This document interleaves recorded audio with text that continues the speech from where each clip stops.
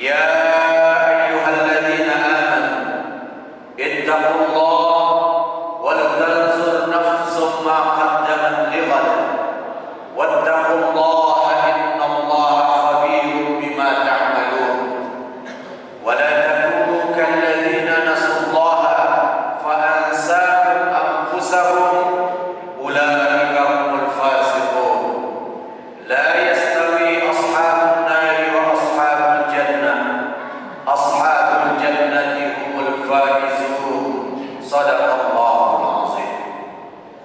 Hadirin saudara-saudaraku kaum muslimin sidang Jumat rahimakumullah. Kita puji Allah, kita bersyukur kepada Allah Subhanahu wa taala sampai hari ini, sampai detik ini Allah masih terus memberikan nikmat kepada kita. Tidak saja nikmat kehidupan, nikmat kesehatan, tetapi jauh lebih penting dari semuanya Allah beri kita nikmat iman dan Islam. Apalah gunanya kita hidup, apalah gunanya kita sehat kalau tidak ada bersemayam keimanan dan ketakwaan dalam diri kita. Oleh karena itulah kita patut bersyukur dengan diberikan oleh Allah kepada kita nikmat keimanan dan keislaman ini.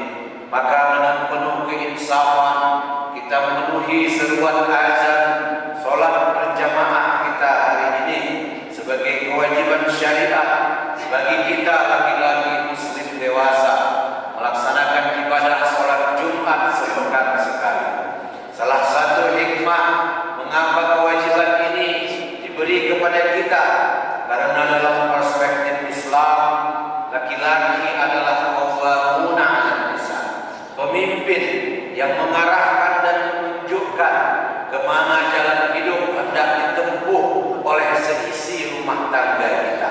Oleh karena itulah maka laki-laki dalam Islam harus datang berkumpul sepekan sekali memenuhi undangan syariat salat Jumat supaya dihunjamkan kembali kepada lubuk hati mereka untuk terus-menerus takut hanya kepada Allah dan menjalankan ibadah, lalu menularkan ketakutan itu dan pelaksanaan kesenantiasaan ibadah dan taat kepada Allah itu kepada seisi rumah tangganya supaya dia bisa mempertanggungjawabkan semua orang seisi rumah tangganya.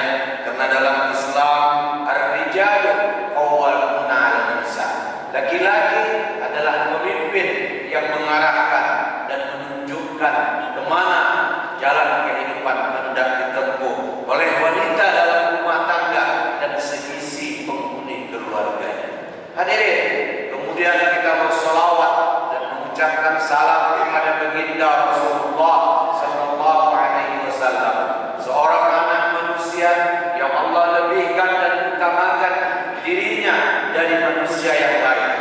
Dia adalah manusia seperti kita. Dia pernah lahir dari kedua orang tua. Dia pernah menjadi bayi, menjadi anak-anak, menjadi remaja, menjadi dewasa. Dia pernah berumah tangga, dia memiliki anak, dia memiliki keturunan. Bahkan dia juga pernah sakit, dia pernah menangis, dia pun pernah tertawa, bahkan pun dia pernah marah. Dan satu saat pun dia pernah kembali ke hadirat Allah, dipanggil Allah Subhanahu wa taala dalam rentang usia yang tidak terlalu tua, hanya waktu dalam usia 63 tahun saja. Dia dipanggil Allah, berpulang ke rahmat Allah kembali, layaknya manusia seperti kita.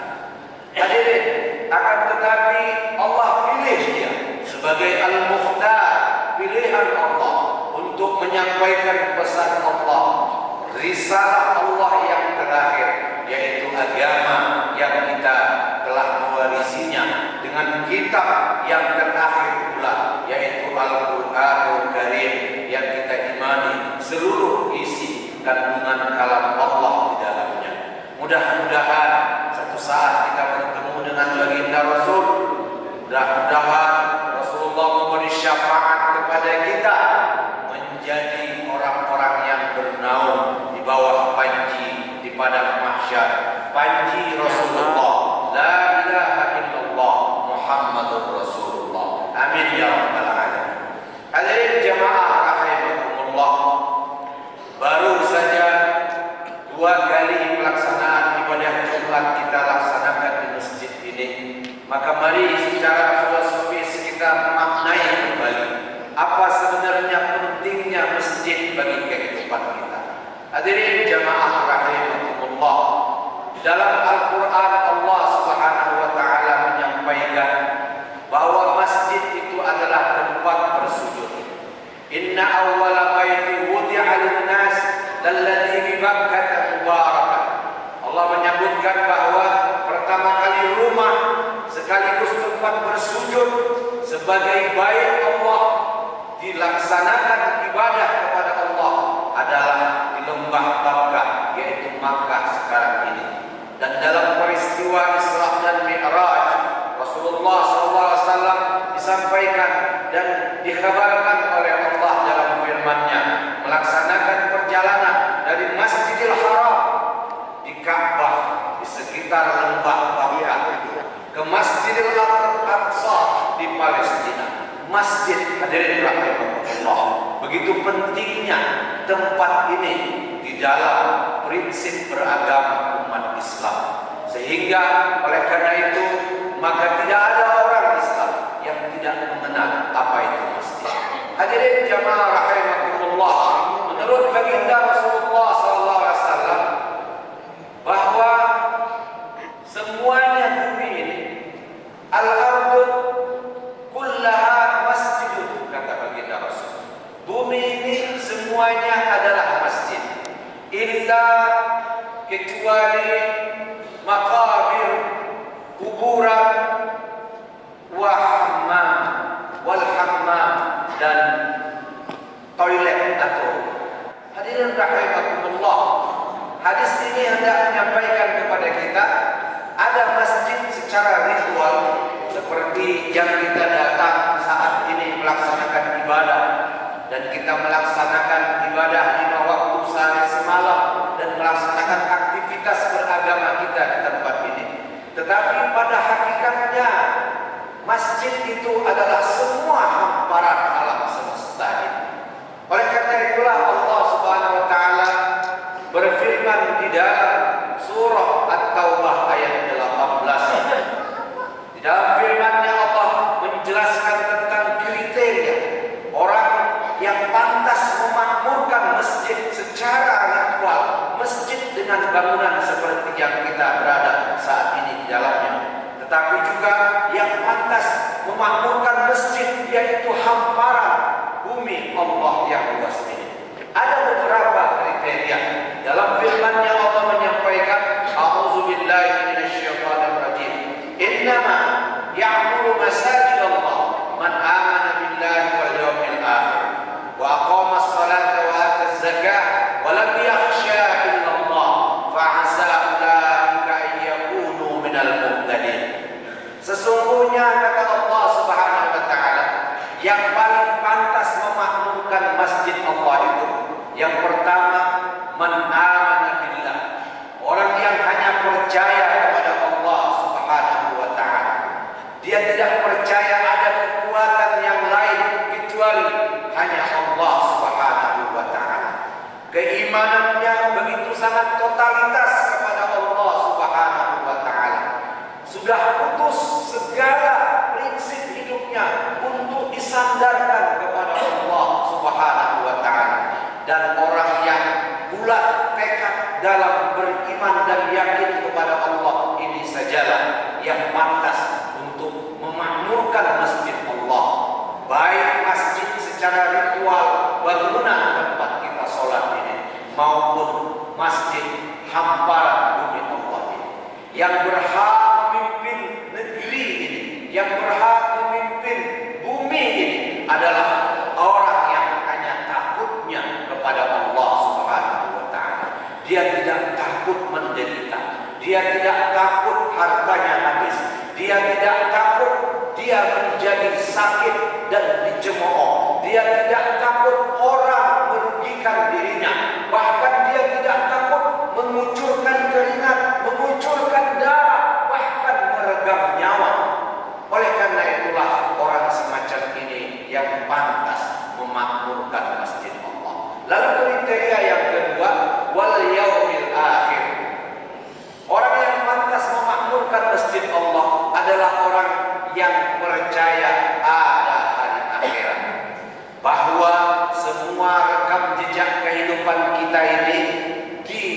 dihitung dan akan dihisab di hari akhirat itu. Al-yawma, pada hari itu, nakhtimu ala afwahihim, dikunci mulut kita semua. Wa tukallimuna aydihim, yang bicara adalah rekam jejak dari tangan-tangan kita yang mengusahakan dan melakukan sesuatu. Wa tashhadu arjuluhum, dan menjadi saksi kaki kita bima kanu yaksibun, terhadap apa yang sudah kita lakukan. Keyakinan bahwa semua apa yang kita lakukan ini memiliki konsekuensi. Keyakinan bahwa semua keputusan hidup kita ini memiliki hitungan. Maka orang yang memiliki keyakinan inilah yang pantas memakmurkan masjid Allah. Sebab orang yang yakin bahwa ada pembalasan, dia akan berhati-hati untuk berucap, berhati-hati untuk memilih dan memilah, berhati-hati untuk menjamak dan menggapai, berhati-hati untuk melangkahkan kakinya, karena dia tahu semua rekam jejak kehidupannya akan dihitung dan dihisab. Ada perhitungan yang akan Allah beri kepadanya. Hadirin, lalu orang-orang yang selanjutnya yang pantas memakmurkan masjid Allah, setelah dia beriman kepada Allah, setelah dia beriman kepada hari pembalasan, lalu wa aqamas shalah, orang yang menghubungkan dirinya kepada Allah dengan mendirikan sholat. Dia tidak hanya mengerjakan sholat sekadar menggugurkan kewajiban saja karena takut berdosa saja, tidak, tetapi wa aqamas shalah, dia menegakkan sholatnya, dia merentangkan sajadahnya dari mulai bayi ayunannya sampai ke liang lahatnya. Aina ma kunta, di mana saja dia berada, dia merasa di atas sajadah, dia merasa diawasi Allah Subhanahu wa taala. Dia sesuaikan ucap dan kata-kata dan perbuatannya. Dia tidak akan berkhianat dengan apa yang dia ucapkan dalam sholatnya. Jika dia mengatakan dalam sholatnya sebuah ikrar, inna sholati wa nusuki wa mahyaya wa mamati lillahi rabbil alamin, maka semua janji dan sumpah itu dia laksanakan sekemampuan dia, meskipun terkadang tidak seluruhnya secara maksimal apa yang kita sampaikan dalam iftitah itu kita lakukan, tapi ada niat dan hasrat kita untuk mewujudkannya. Maka orang-orang seperti inilah yang pantas memakmurkan masjid Allah. Dia hunjamkan dahinya ke bumi Allah, tanda bahwa dia menyerahkan kehidupannya kepada kekuasaan Allah. Lalu dia angkat takbiratul ihram, tanda dia menafikan semua kepentingan dunia ini kecuali Allah Akbar, Allah yang Maha Besar, sebagai esensi dari pelaksanaan ibadah sholatnya. Sehingga sholat itu mampu membuat dia tercegah dari perbuatan keji dan mungkar sebagaimana Allah sampaikan. Hadirin rahimahullah, lalu kriteria yang keempat adalah wa'at zakat. Setelah mereka menghubungkan dirinya secara vertikal kepada Allah, orang-orang yang pantas memakmurkan masjid Allah ini pun adalah orang yang peduli kepada kehidupan di sekitarnya. Sama seperti ketika usai dia melaksanakan sholat, dia mengucapkan salam kesejahteraan ke kiri, salam ke kanan, menunjukkan bahwa dia berhubungan dengan kehidupannya, dengan makhluk-makhluk Tuhan yang lain. Dia sadar dia adalah bahagian dari penciptaan Allah di atas permukaan bumi ini. Dia tidak mencongkakkan diri, dia tidak anania.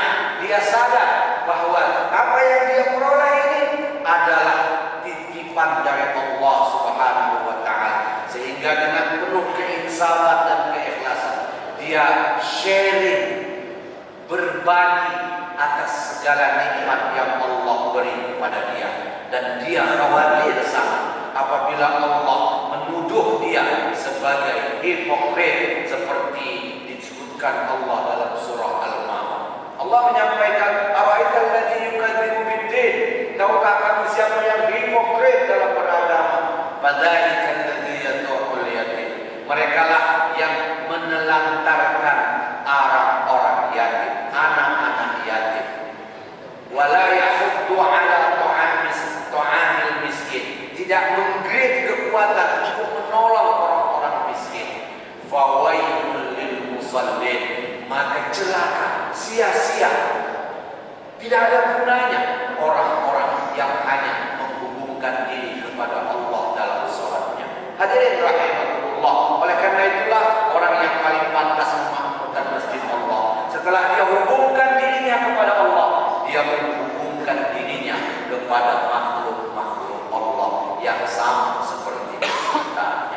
Lalu yang terakhir, hadirin rahimahullah, orang yang paling pantas memakmurkan masjid Allah itu adalah walam yakhsha illallah. Dia tidak memiliki ketakutan apapun kecuali hanya takut kepada Allah. Karena ada prinsip, barang siapa yang takut kepada Allah, maka alam semesta ini akan takut kepadanya, akan tunduk kepadanya. Tetapi siapa yang takut selain dari Allah, kepada Allah dia memang takut, tetapi ada lagi yang lain yang dia takuti, maka alam semesta ini akan memperbudak dirinya. Oleh karena itulah sumber kekuatan seorang muslim hanya takut kepada Allah.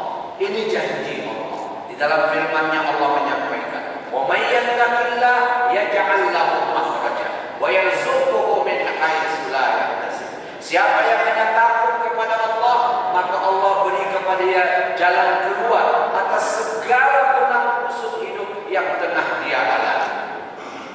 Wa yarzuqhu min haitsu la yahtasib. Boleh jadi Allah beri dia kenikmatan dan kesenangan hidup yang mungkin dia tidak pernah duga dan prediksi semula. Oleh karena itu hadirin rahimahumullah, mari kita setahap demi setahap, selangkah demi selangkah menjadikan diri kita sebagai orang yang memenuhi kriteria Allah sebagai pemakmur masjid, dan kita adalah sebagai pemegang amanah memakmurkan masjid. Memakmurkan masjid ini adalah dengan beribadah di dalamnya, adalah dengan meramaikan sholat dan melaksanakan kegiatan keagamaan bersama-sama di dalamnya, mengajak saudara-saudara yang lain untuk senantiasa beribadah di dalamnya. Ini pun termasuk memakmurkan masjid ini. Tetapi masjid yang lebih luas adalah dengan cara kita peduli terhadap lingkungan hidup, peduli dengan kebijakan publik yang diletakkan oleh para pemegang kebijakan itu. Kita ikut membangun kehidupan, membangun peradaban lebih baik untuk masjid ardun atau bumi Allah yang luas ini. Mudah-mudahan Allah Subhanahu wa taala membimbing kita sebagai khalifah, sebagai penggantinya mengurusi alam dan bumi Allah serta mengurusi kehidupan kita bersama. Mudah-mudahan Allah kurangi dan ampuni segala kesalahan dan kekhilafan yang mungkin dulu pernah kita lakukan, sengaja atau tidak sengaja, tindakan dan pilihan hidup yang salah. Mudah-mudahan tidak menjadi azab dan siksa bagi kita di kemudian hari. Amin ya rabbal alamin. La yukallifullahu nafsan illa wus'aha, laha ma kasabat wa 'alaiha ma iktasabat. Rabbana la tu'akhidhna in nasina aw akhtana.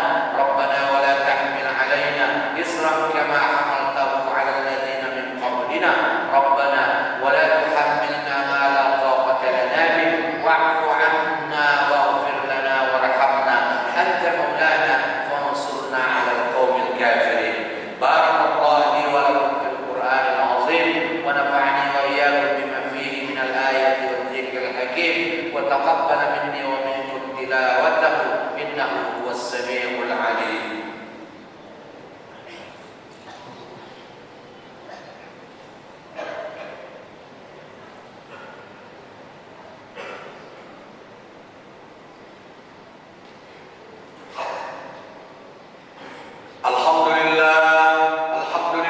Hamdan katsiran kama amara. Asyhadu an la ilaha illallah wahdahu